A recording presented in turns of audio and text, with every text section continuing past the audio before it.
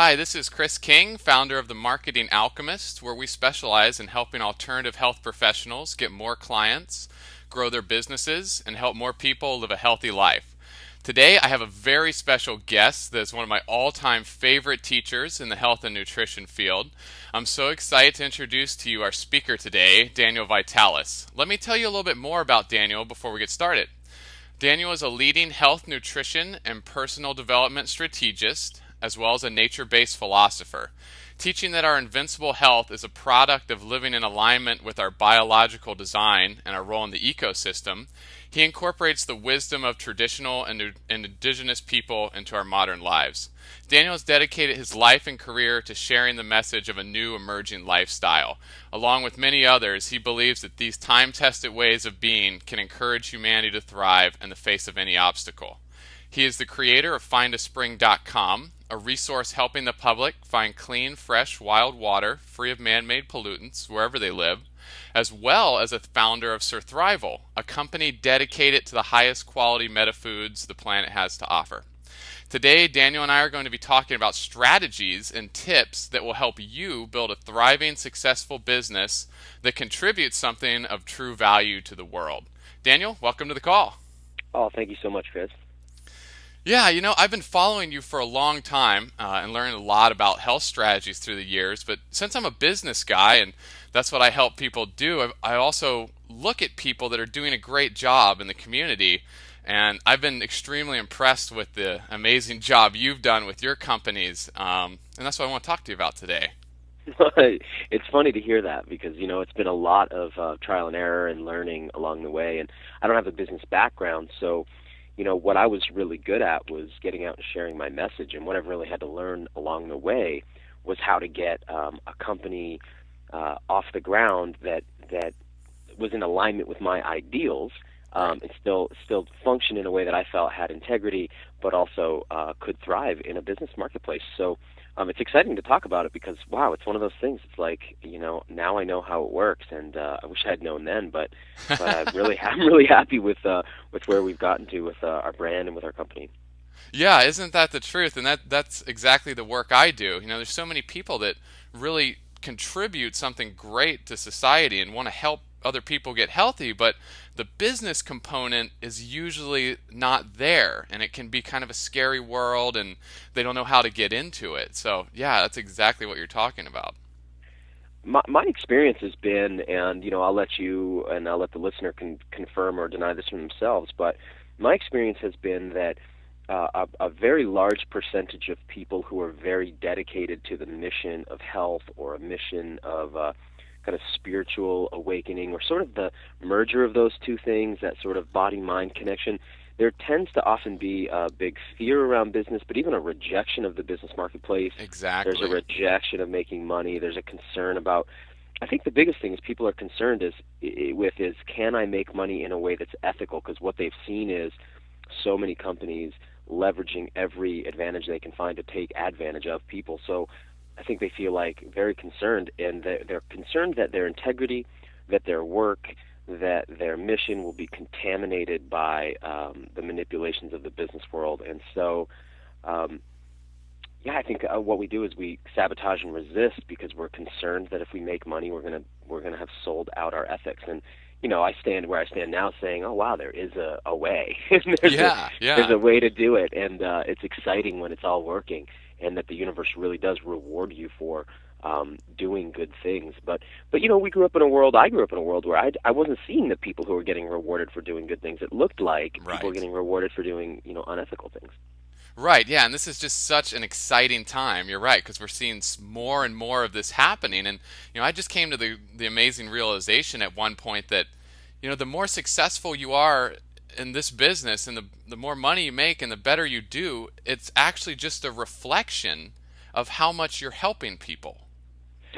Right? I really agree. I really agree, and I feel that when somebody is doing what appears to be really good work and they're not thriving, there's something actually in them that's not in alignment. There's something going on with them somewhere where they're resisting, or some dark place that they're holding on to that's keeping them from the success. So I don't really think that you could be out there doing the good work and not get rewarded, because I think that violates a fundamental law of how the universe works.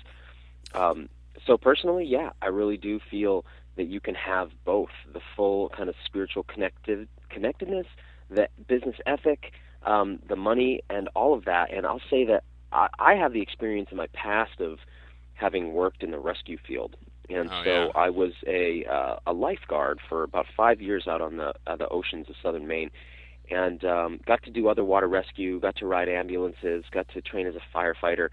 And the number one thing you learn is this: do not go into a situation to try to rescue somebody if you're not in a position of safety. If you don't swim well, Oh, do not go in the water after somebody. If you do not have the right gear, do not go in that fire after somebody, because what ends up happening is you have 2 drowning victims now, or 2 burn victims, and you're one of them. right. Do not go in there if you're not in a stable place to do it. My experience in the where business meets health and education and personal development is that you can only help people so much if you don't have the thriving back end that supports you to put out better Exactly. work, to put on better events, to put out better products. Um, you know, if you want to come out, I've seen companies fail who come out and they want to have the cleanest product, the cleanest packaging, the highest and most beautiful recycled marketing materials, but they don't have the money or the business plan to do that. Yep. So they fail because they want to go and save people, save the world, save the planet, put out the right stuff, but they don't have the business back end to support it, and so they end up drowning. Right. And so what I think is really what we need to focus on is how do we make sure we have the right training in place so that when we go out into the business world we can thrive and then share our message with more people. Right, exactly. Yeah, you're so right. And I'm saying that all the time too. You have to be able to take care of yourself if you're ever going to be able to help other people. And it's not selfishness. We got raised in this such a demented kind of culture, right, where it said Yeah. that we should be selfless and always helping people. Well, this doesn't work because it is selflessness that's leading people into health decay. As much as Right. it doesn't seem like it, people are doing fast food. Is that fun? No. Eating fast food is not fun. What's fun? Sitting down to a nice, relaxed, well-prepared meal with people you love. That's fun. Going to fast food, eating out of your car, that sucks. Um, Going to bed at night in pain, not fun. You Yeah. know what's fun is taking care of your body so that you feel great every day. That's fun. So what people are doing is they're sacrificing to try to get their work done. They're sacrificing for the team. They're sacrificing for country. They're sacrificing for family. And they're not actually taking care of themselves, and so they're drowning in their health. They're drowning in bad economics, and they're drowning in poverty because they're not taking care of themselves. So our culture has promoted selflessness, and it sounds like what we're promoting is selfishness, but that's really not what it is. It's take care of yourself, and you can help so many more people than you ever imagined you could reach. And if you had told me, I've had the honor, I was in a movie recently called Hungry for Change, and Right. in the I saw first that. month, 500,000 people saw that. And Yeah. if you had told me when I started, giving talks in my local library that I would get to reach 500,000 people in a film in a month, I don't know if I would have believed it. Yeah. I got on a radio show recently and talked to several million people at one time, and that didn't, I never saw that coming. And I'm just getting started, and so it feels like, yeah, had I not taken care of myself to the degree that I had, I don't know if I would be reaching people like this. And I know that I have the potential to reach many more because my health is going to be sustained by the practices, and my business supports what I'm doing.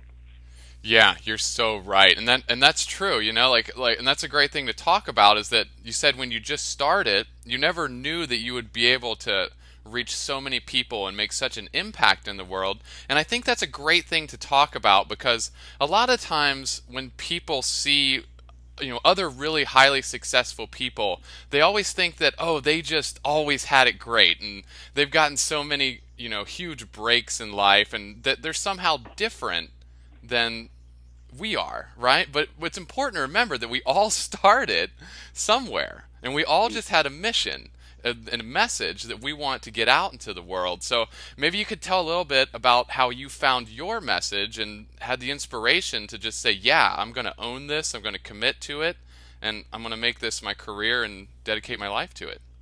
Oh, it's a really interesting story, and it's one of sort of rags to riches because Right. I came from really street level kind of poverty. So I grew up with a single mom on welfare, kind of moving from place to place. I'd lived in shelters as a kid, and we really came from the lowest sort of level of socioeconomics in the United States. Definitely for the first world, what we would call poverty standard, and um, really took a unique path through life, decided not to go get a traditional education, but instead to educate myself. And here was the key for what really worked for me. And I know there's many ways and many things that work out there, but what worked for me was making a commitment to myself early on that I was not going to compromise myself, that I would continue to follow my passions, I would continue to follow my interests, even when people were warning me that I was making bad decisions, even when people were telling me that it was time. I knew if someone told me that I should do something that felt wrong to me for my own edification, that they had to be wrong. Right. But when people told me, no, you know what, you need to focus in this and go to school here. You need to cut your hair. Yeah. You need to go to this. You need to do that. You need to eat this. You need to do. I just knew that if it didn't feel right to me, it couldn't be right for me, and that I believed if I followed the golden thread of interest, that it would lead me in the right place. I never knew it would lead me to where I am today, and the rewards have been so much greater than I ever really dreamed. Right. I'd never expected that I would run a company. I began sharing a message because I saw that the people in my community, the people in my country, the people in the world that I live in were really sick and really suffering, and that the real root cause of it was a kind of ignorance about how they could care for themselves.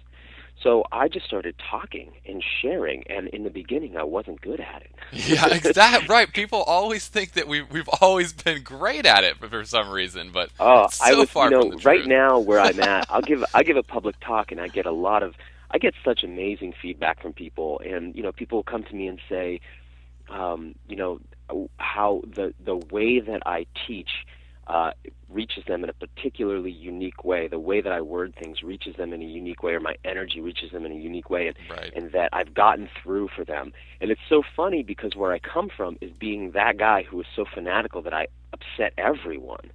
No one wanted to be around me. No one could learn from me. No one wanted to hear it. What I did was I pushed a lot of people away this is what we should be doing. This is what you could be doing. I was so fired up and I was so zealous. Yep. And over time, I think what happened was I just got tempered and tempered and tempered, sort of like a blade that's being worked in a fire. It was like in a furnace. I was just getting tempered and learning, this doesn't work, this doesn't work, this doesn't work. And then eventually it's like, well, what does work? Right. And how can I communicate with people in a way that works? So slowly, I developed the skill of speaking. Right. Slowly, the same with business. Slowly learned how to conduct a business and how to have negotiations in a business, which I think are critical, and how to run the operations of a business. Again, I didn't start out with any talent in this, and I really certainly didn't start out with a leg up. Right. So for me, when I see people who are afraid, who feel like they can't make it, who are afraid to step out on their own, I think, man, with the support that I see that most people have, with the love that's around them, with the background, with the education, and with living in the United States in 2012, the amount of tools and resources you have access to, there's just really no reason not to get out and get started, because following your passion, that I want to say as a caveat, I think it's important that we make sure in the health and wellness field that we have taken the time to really mature our information or our teaching or our product, so that we don't get out there too early and regret some of the things that we're teaching people. Because we are talking about people's health and wellness. This is a big responsibility. And I think sometimes people want to get started a little too early. But that doesn't mean they can't start their company, start their business, start their plan, start putting things in motion, get things rolling, because there's really no excuse not to. I mean, look at some of the conditions people in the world are living in. I mean, imagine you were living in Afghanistan or Iraq right now, where there's literally a war going on in your streets. You know, we live in the United States, where we have access to everything. It's amazing here what you can do.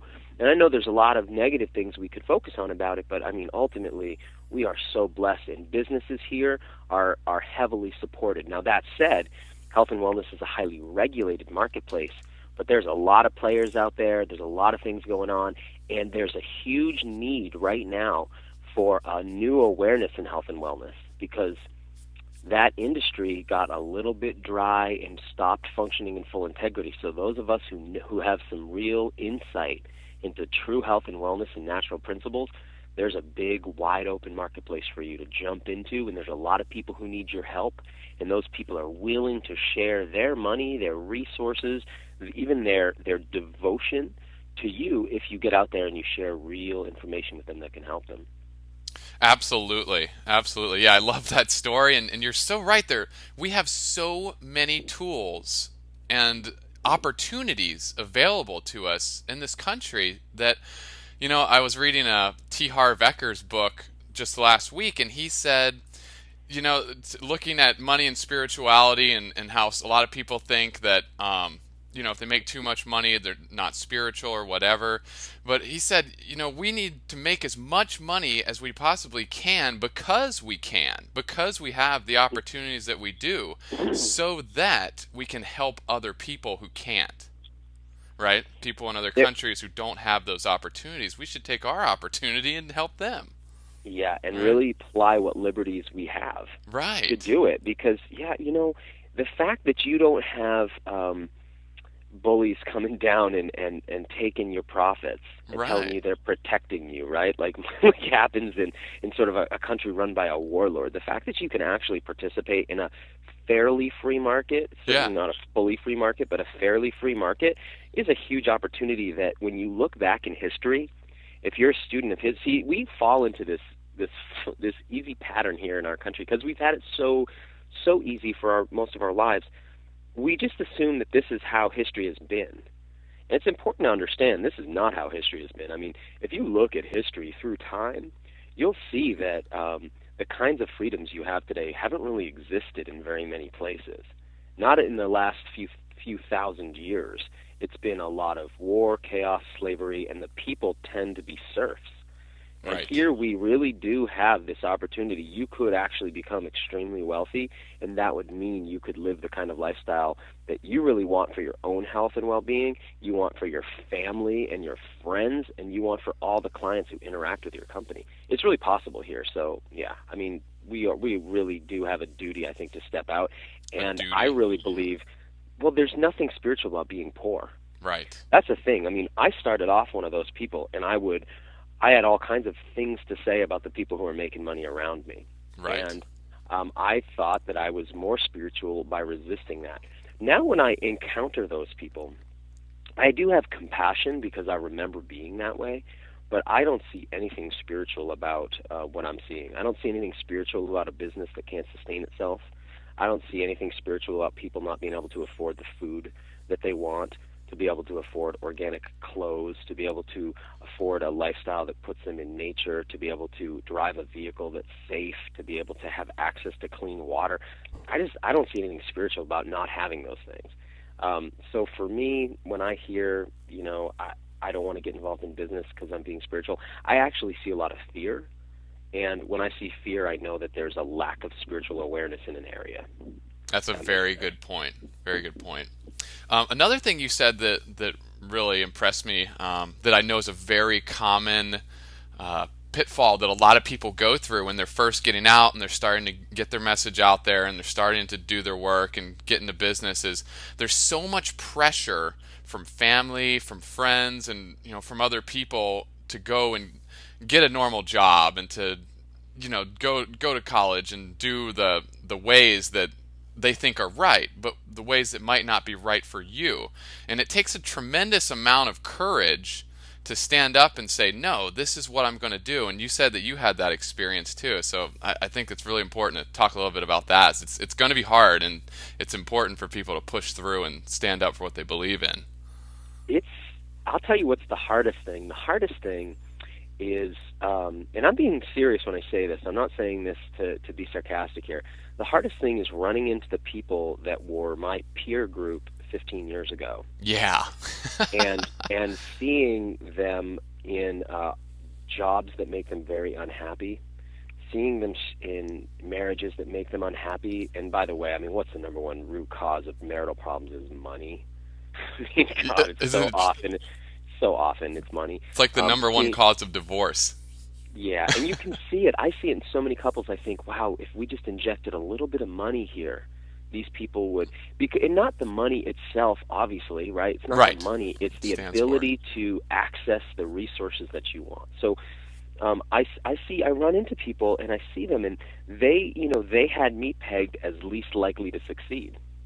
Right. And they were all most likely, these were the people who were the valedictorians, they were the people who were the cheerleaders, they were the people who were the football players, and they all had it going on in school. And now I see those people, and it's really sad to me. It's like, wow, they got so stunted somehow. They never actually developed. They remind me of almost like stuck in a phase of childhood where there's levels of personal development that they haven't and don't appear to be accessing.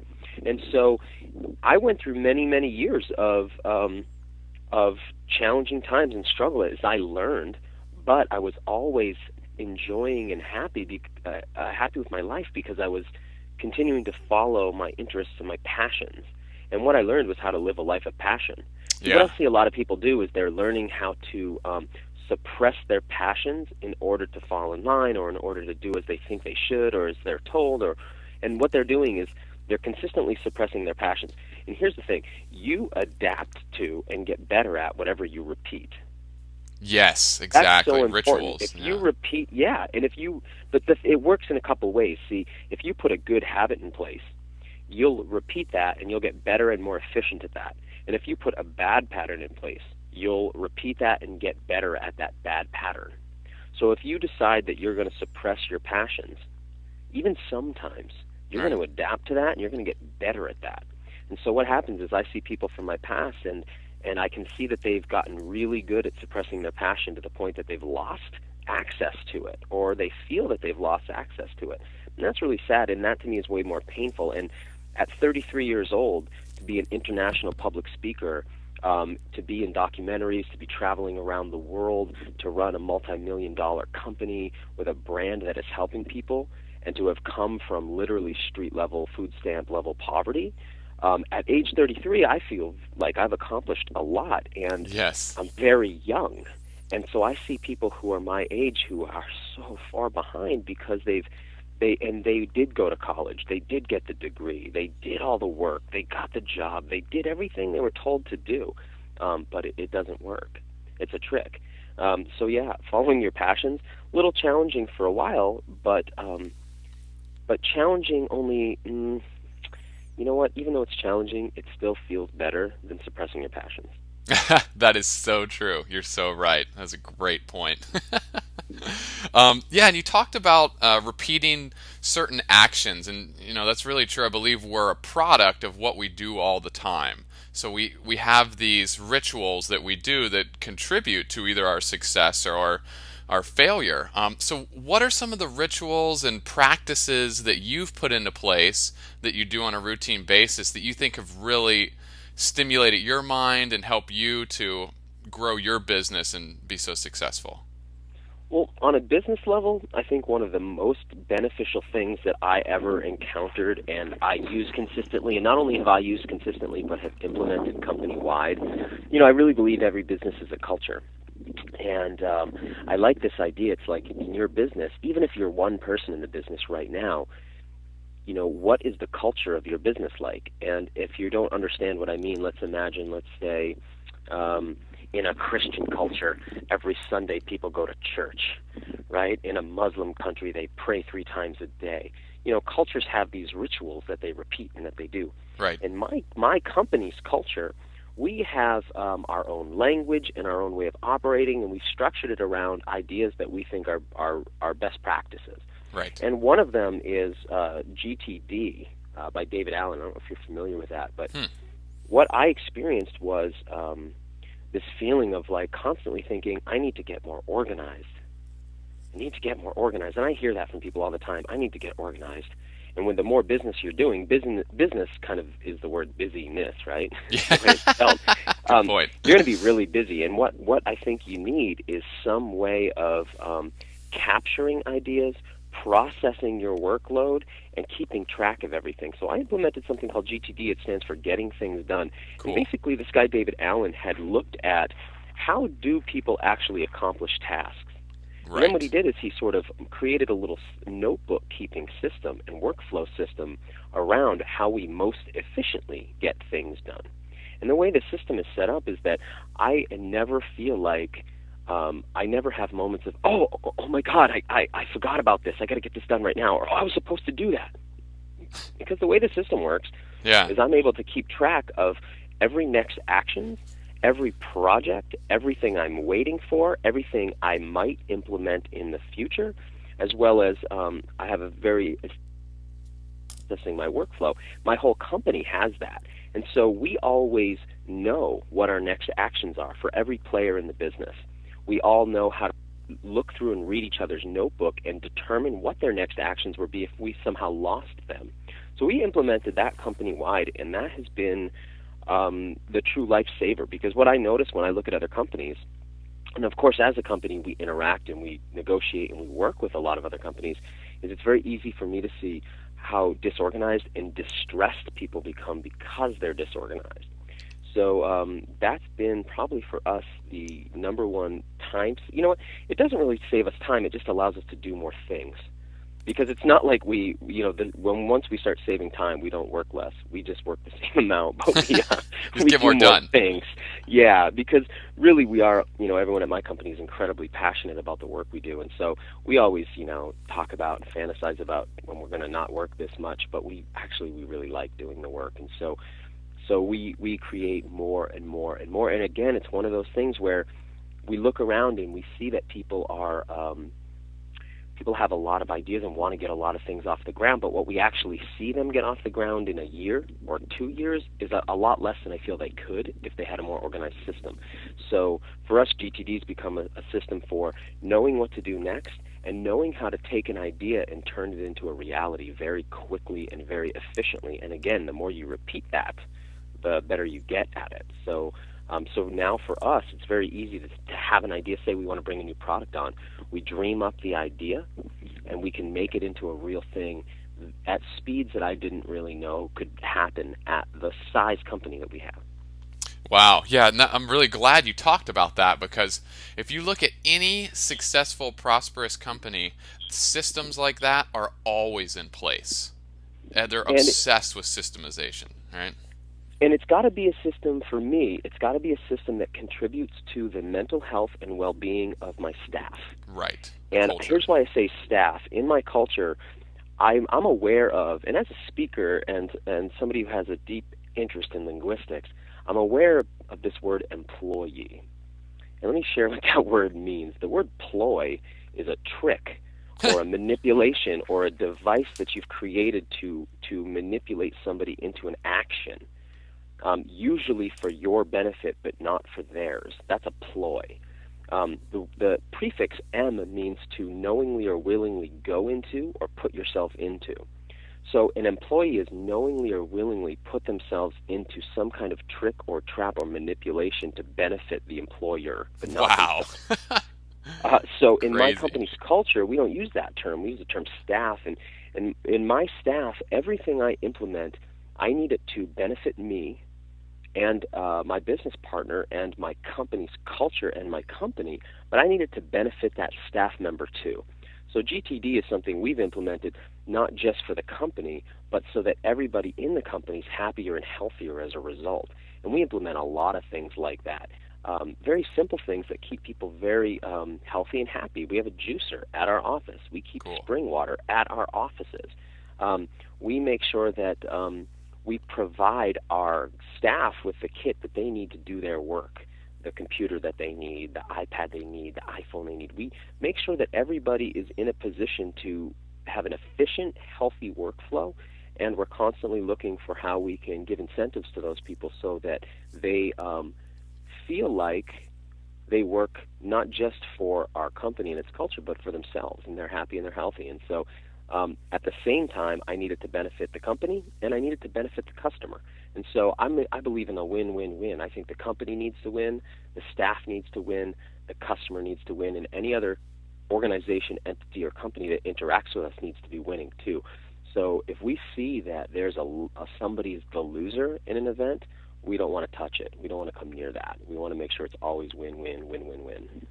That's great. Yeah, I'm so glad we talked about that too with the employees, not the employee, the people that work in your company, because I feel like that's a new role that's being played in business now too, and that's kind of an old way of thinking that was to make as much profit as possible and pay people as little as possible, and to not take care of the people working in the company. But yeah, I feel like the new idea, and some of these new businesses like yours are just doing such an amazing job of taking care of people, like you said, and it's such an important role in the entire company. And I think it's really important to talk about that so that the listeners can start thinking about that and start thinking in terms of creating their own company so that it can model that same type of behavior, and they can see a role model of a company that everyone there is being taken care of. I think that's fantastic.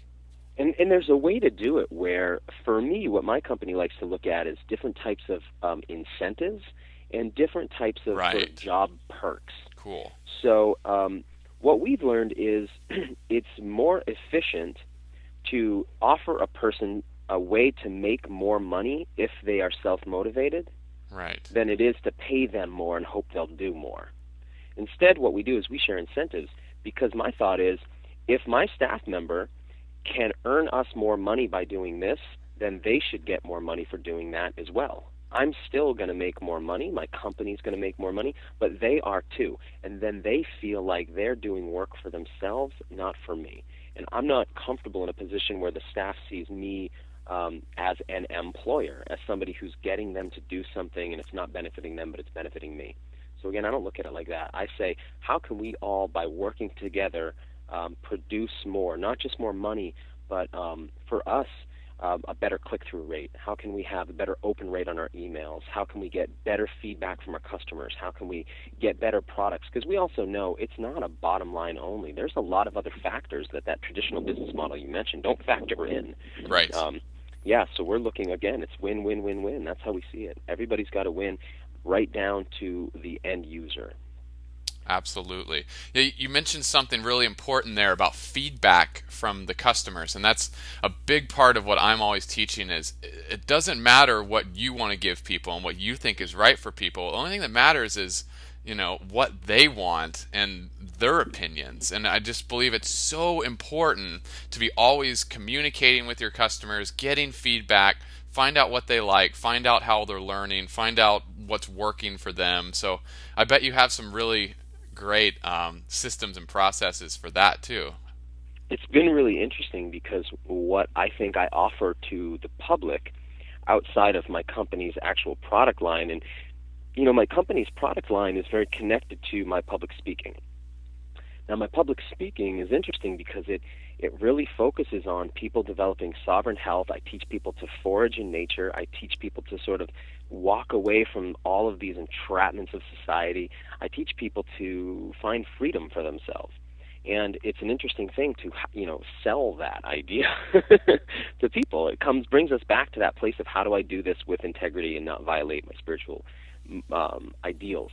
The second challenge or interesting piece to the whole thing is that I guess as a public speaker, I'm constantly looking for how do I take a message that's incredibly complex and requires a lot of background information.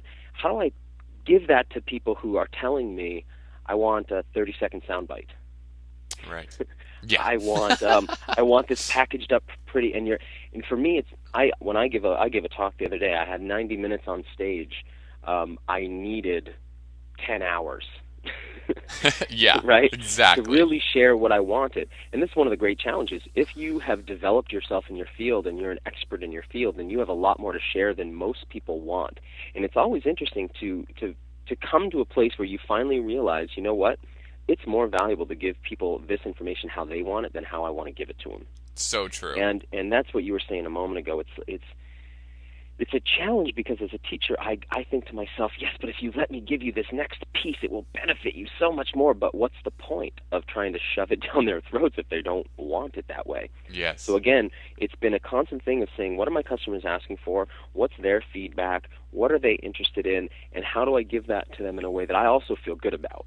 Because you could see how somebody could go down this road to the point of compromising themselves. And that's what we saw with a lot of the corporations in the 50s, 60s, 70s, 80s, 90s, is that they started doing focus groups, and they would pull a group of people in and they would share a product and say to that group, you know, what did you like about this? How do you feel about this? What colors did you like? Blah, blah, blah. And they would tune the product to exact wants of the customer. However, very infrequently did that product actually benefit anyone. Yes, exactly. Right? So they would sell poisonous foods to people, and then they would find a way to package it in a way that those people would think they wanted the thing. So for us, it's a little bit different. It's saying, what does the customer want? How do they want it? And how do I give them something that is of value and is the thing that I truly want to give? Because I'm not going to spend my time coming up with products that are not in alignment with my mission or my goals. So instead, I need to figure out how to take my mission, and incidentally, my mission is to share a message, rewild yourself. Right. How do I take that message, and how do I package it in a way that people can actually open up to it, receive it, take it, utilize it, implement it, and get all the results that it can give them, so that it's still my core message, but like you said, it's developed the way they want it. And of course, I mean, right now, to stay on top of all the feedback you get from your customers, you got to really be invested in social networking as a company. Mm-hmm. That's critical, right? Because that's our interface. The days of being able to hide behind the corporate veil are pretty much over for most small companies. You know, now what it is your people want to interface with you. They are going to talk about you. They're going to talk about you to each other on social network sites where you're not even aware that they're talking about you. So you need to have very clear, open, I don't want to impose it on people. I believe as a company, we need to be very clear, very open, very accessible. We need to be very transparent, and we need to do everything with the understanding that people are going to talk about this. This is public. We operate in the public domain now, and people have access to us. And if you offend somebody, they're going to talk about it. If you don't fulfill your obligation, they're going to talk about it. If your customer service is not good, they are going to talk about it. Yeah. So we believe in being very fun, very fresh, very funky, very authentic. We send out a letter immediately upon somebody's order, and that letter starts, "Greetings, Earthlings." And we proceed to say, out of the millions of companies you could choose from, you chose us. We appreciate that. We want a lifelong relationship with you. And we, right off the bat, connect personally with people and want to work with these people for life. And we want these people to walk away from every interaction they have with us saying, man, those guys are really cool. Because we really are cool. Yeah. And I feel like a very cool, fun, friendly, interesting person. And I don't want my company to lose that. Because when people interact with my company, they are ultimately interacting with me. So, we feel that it's not just the feedback of how they want the product or the information.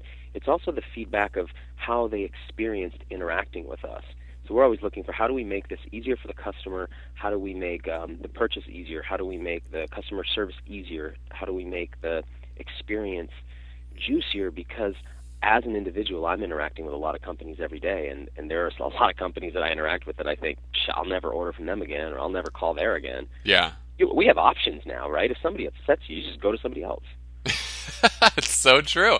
I know, and that too is such a blessing that we do have these huge communication webs that are open now, and it makes it so that if you do a good job and you serve and you really help people and you have a good culture in your company, that message gets perpetuated by itself through social media platforms. It's just amazing. But then the same really respect, if you don't do a good job and you aren't taking care of people, just like you said, the same thing will happen. So that's just another opportunity that we have in front of us that I just think is so great. I totally agree. And like I said, not only do we have an abundance of options. I mean, think back to when we were kids. None of this stuff we're interacting with even existed. Most of what I learned in my early life, I had to go to the library for. Yeah. And I'd go, and I didn't have options. It's like if I wanted to know about nutrition, I'd go, and they had about 15 books. Yeah. And they weren't hyper focused. You know, I bet a lot of people listening have a Netflix account. I always think this is one of the really interesting places when you go to Netflix, and after you've interacted and interfaced with it for a while, it starts to generate selections that it thinks you might want. And it will categorize films based on what it thinks you want. And it'll say things like, suggestion for you, dark, brooding, emotional, strong female lead action films. It's like, wow, that's Whoa. really specific. I didn't know that was a genre. It wasn't a genre. I didn't even know that was me. So when I'd go to the library, it wasn't tuned to what I want. What I would have to do is rifle through things that weren't exactly what I wanted, and occasionally would stumble on gems. Now, things are as clear as my search engine input is. So Yep. we literally have access to not just lots of options, we can fine-tune our every desire and every moment in the marketplace. And if you are trying to fine-tune something and it's not there, then wow, do you have an opportunity to fill a niche. Yes. And I love the 4-hour work week concept of makes more sense in this marketplace to go after small niches than it Absolutely. does to try to become the GE of the future. So if you're searching for something, it's not there. It's like, wow, that might be your thing, might be your opportunity.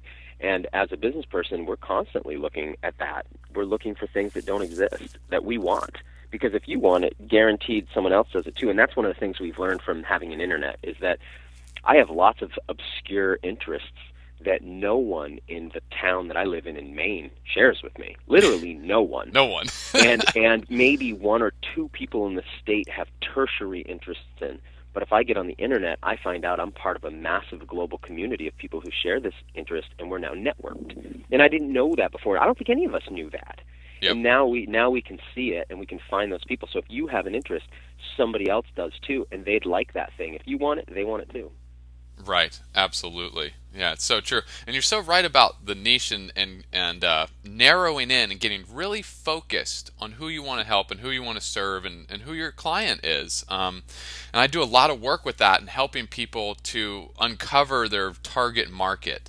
And it's just, that's a great thing for the listeners, and a really important takeaway is just to really focus in on just the smallest type of the smallest number of characteristics of your target market, and it will be so much easier to reach those people. And when they do hear about you and find out about you, they'll know that you are dedicated to them because all of your products, all your services, and all your marketing is focused and speaks directly to them. Oh, I just want to completely second that. I totally agree. And I think, for me, my company, Surthrival, what Surthrival's culture is, I often joke with people who come up to my table when I do events. Sometimes they'll come up and they'll see a price point on a product and say, like, wow, that's pretty expensive. This is a great thing to talk about, yeah. Yeah, well, I'll say, yep, it is. Yes, yes. And if they ask, and my goal is to say that in a way that doesn't sound apologetic. Right. Because here's how I feel. If I'm going to go to buy a new vehicle, and I roll up to the Mercedes dealership, I am likely not going to be surprised by the price tag. If I go to the Mercedes dealership, I have an understanding that these are going to be high-priced products, but I also have an expectation that these are products that will perform, that they will be incredibly reliable, that I'm not just buying a high-priced car, but I'm buying customer service and a warranty. I'm buying the best parts on the market. Mercedes I see positioned as higher end, and they have a reputation that comes from excellence. And if I go to the Ford dealership, I expect to find lower priced items, and I understand that I'm going to get less of that service, less of a warranty. I know the parts aren't as good. I'm looking for a lower price point if I go there. And that makes sense, I think, to most of us. Well, and when it comes to whatever field we're in and where we sell, we need to decide as a company, where do we position ourselves in that sort of spectrum? Right. I'll joke with people who come up to my table. I'll say, we're the Mercedes-Benz of nutritional health products, Nice. but we're not the Rolls Royce. Right. You could Very spend cool. twice as much on a. Now, how much better is a Rolls Royce than a Mercedes? Not a lot better. Not a How lot. much better is a Mercedes than a Ford Focus? A lot. So I've decided to position myself in that place where it's like we have the best that the standard market offers. If you want more, you are such a discerning customer that you're going to make it yourself. Right. So that's kind of how I see it, and I believe that there's that piece of targeting your niche, and then within your niche deciding what kind of customer. I'm looking for a customer who is a little more discerning, who's willing to spend money on quality. I'm not looking for people who just want to throw money away. I'm looking for people who are willing to pay for the unique high-end features that I offer. That's critical to me because for myself, I want those unique high-end features. So that means that my product packaging is the best that exists. For instance, we package all of our nutritional supplements that are in glass. We package in Miron glass, which is a very unique but very expensive glass out of Scandinavia that's impenetrable to light. That product is not something you see most products in. It's a product that most people don't know exists. But for the extremely discerning customer, when they see that, they are willing to spend a little more for it. We use only organic or wild-crafted products. We take it a level further than most people. We use very special extraction methods. So when people buy our product, they are investing in a set of processes and products that are very, very high-end, and they're willing to pay for that. And so I'm looking for those people. So when people come up to my table and they maybe have just couch surfed into the event, and they have those big money issues you were talking about before, like they think that business is wrong. Sometimes it's funny because some people think I should give my products away. Yeah.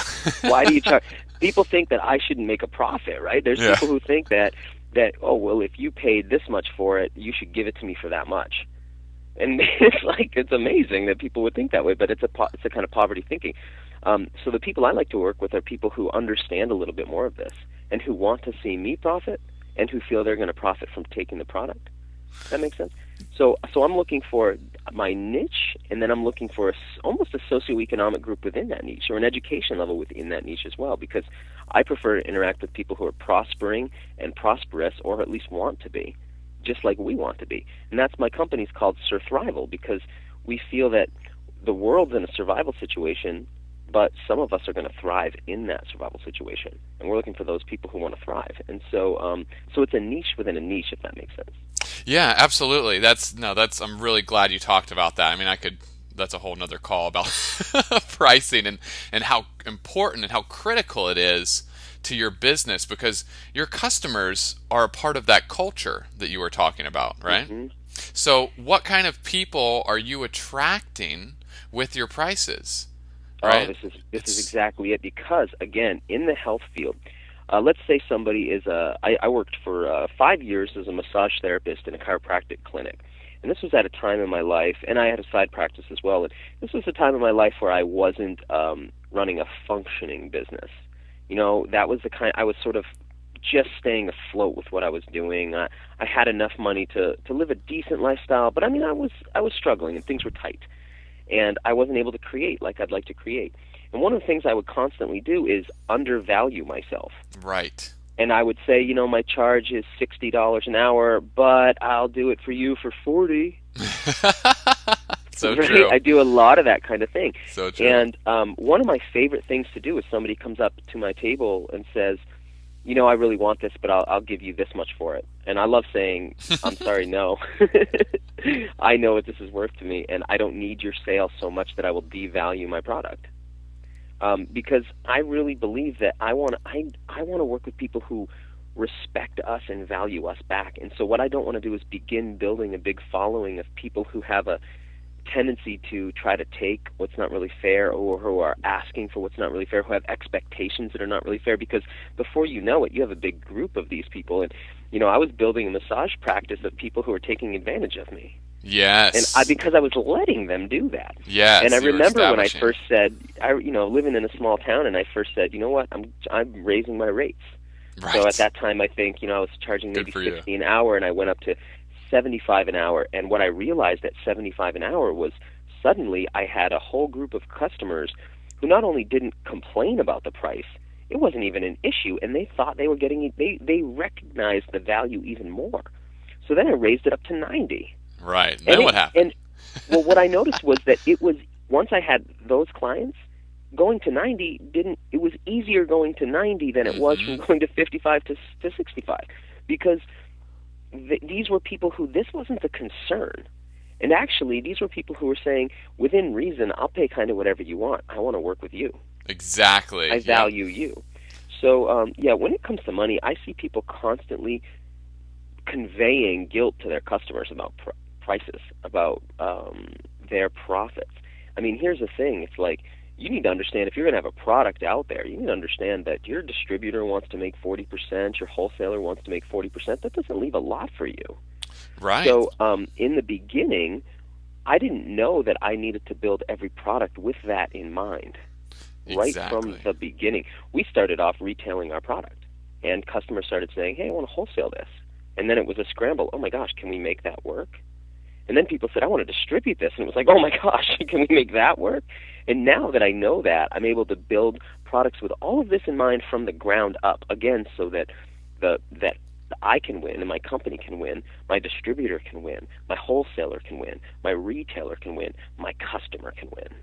Awesome. I love that. That takes strategy from the beginning. Yeah. Yes, start with the end in mind. That's great stuff. Yeah, I'm really glad we got into that. And just to say that, because a lot of people in the health field don't start with an end in mind. They start wanting to help people. And this is so noble, but a little foolhardy sometimes, because because if you're drowning, you're not helping people. You're being another victim that somebody has to jump in and help. Absolutely. Absolutely. So again, it's like this is so much more important in the health field than a lot of other industries, because I think health and spirituality are probably they're probably the top two areas where people believe that they should get it for free, and the person thinks that they should give it for free. So again, start off with a plan in mind for where you want to take your product or your service, so that it's sustainable long term. Because if it's not sustainable, you should probably stop right now.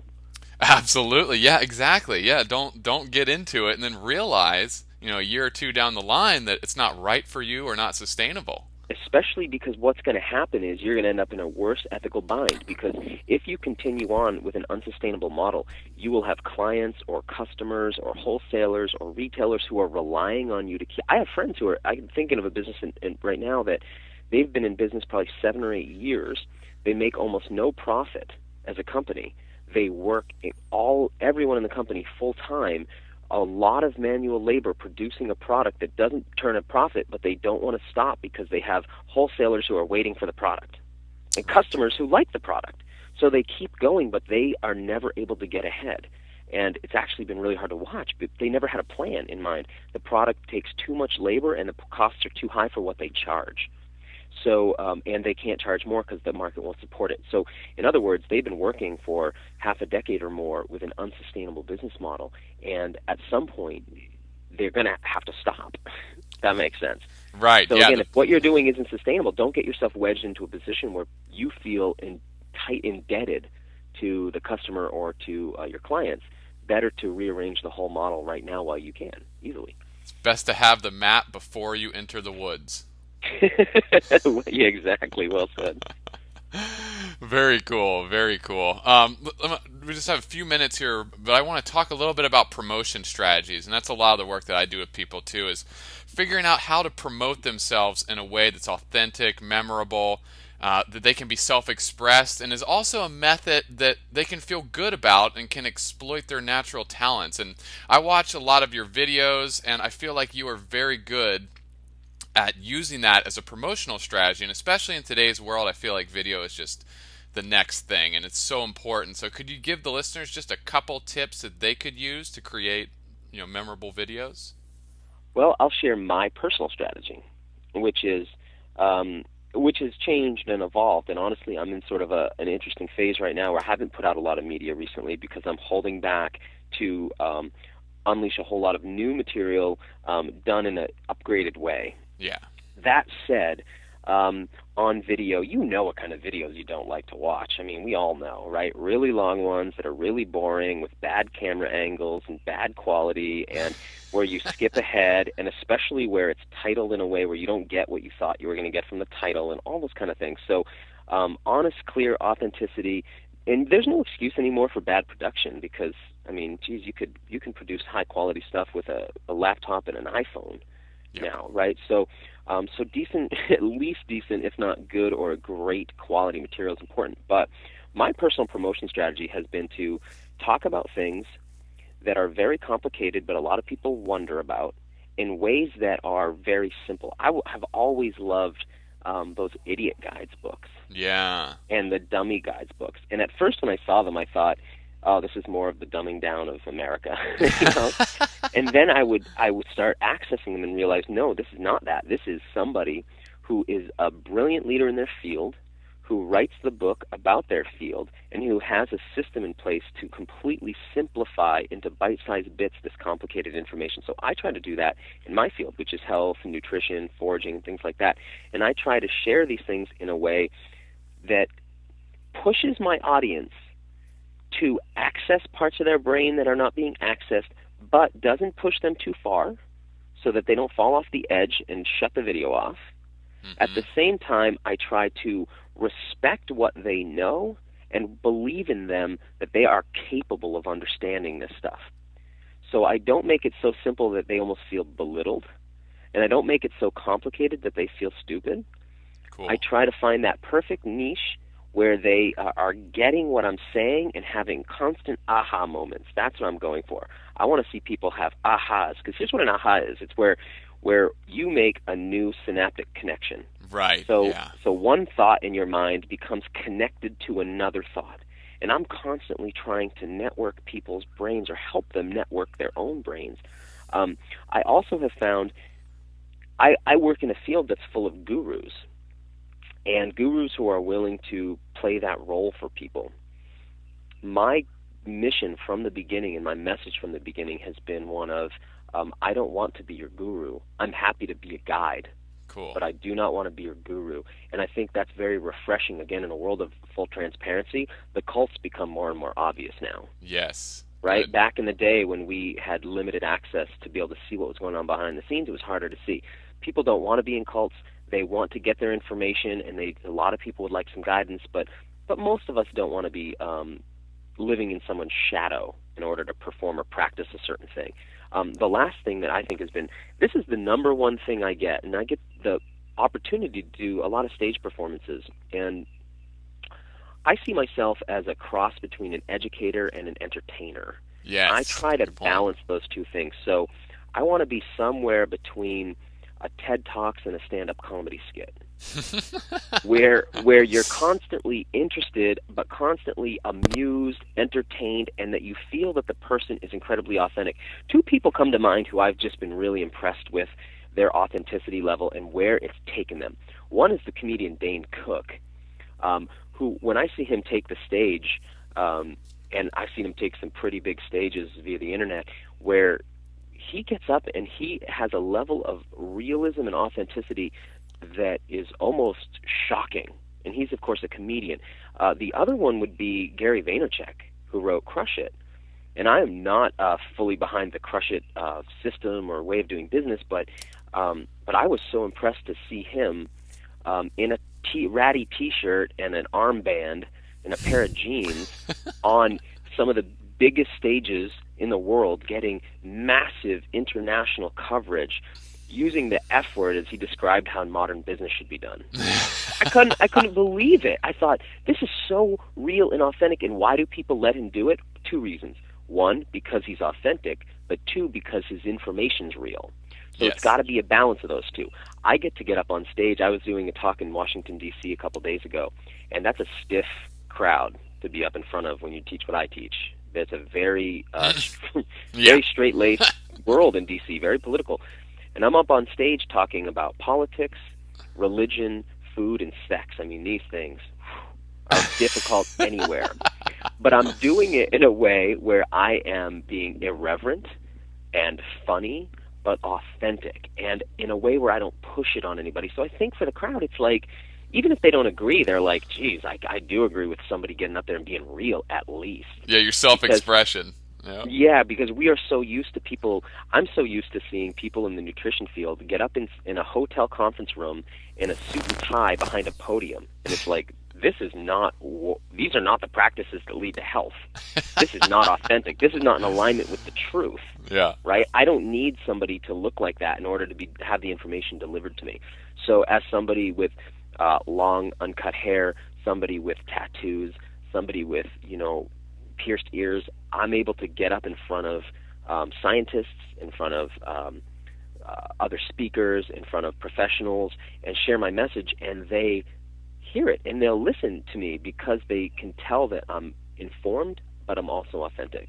So I think that's key, because we can sniff out inauthenticity, right? Oh yeah. When you see the infomercial, you know that the guy's faking, right? So we need to be, I think, authentic, and that's the number one thing. I think if you have some type of expertise in your field, at least moderate expertise, and or you have at least a quality product in your field, and you are authentic and you care about people's well-being and they can feel that, you're going to be massively successful.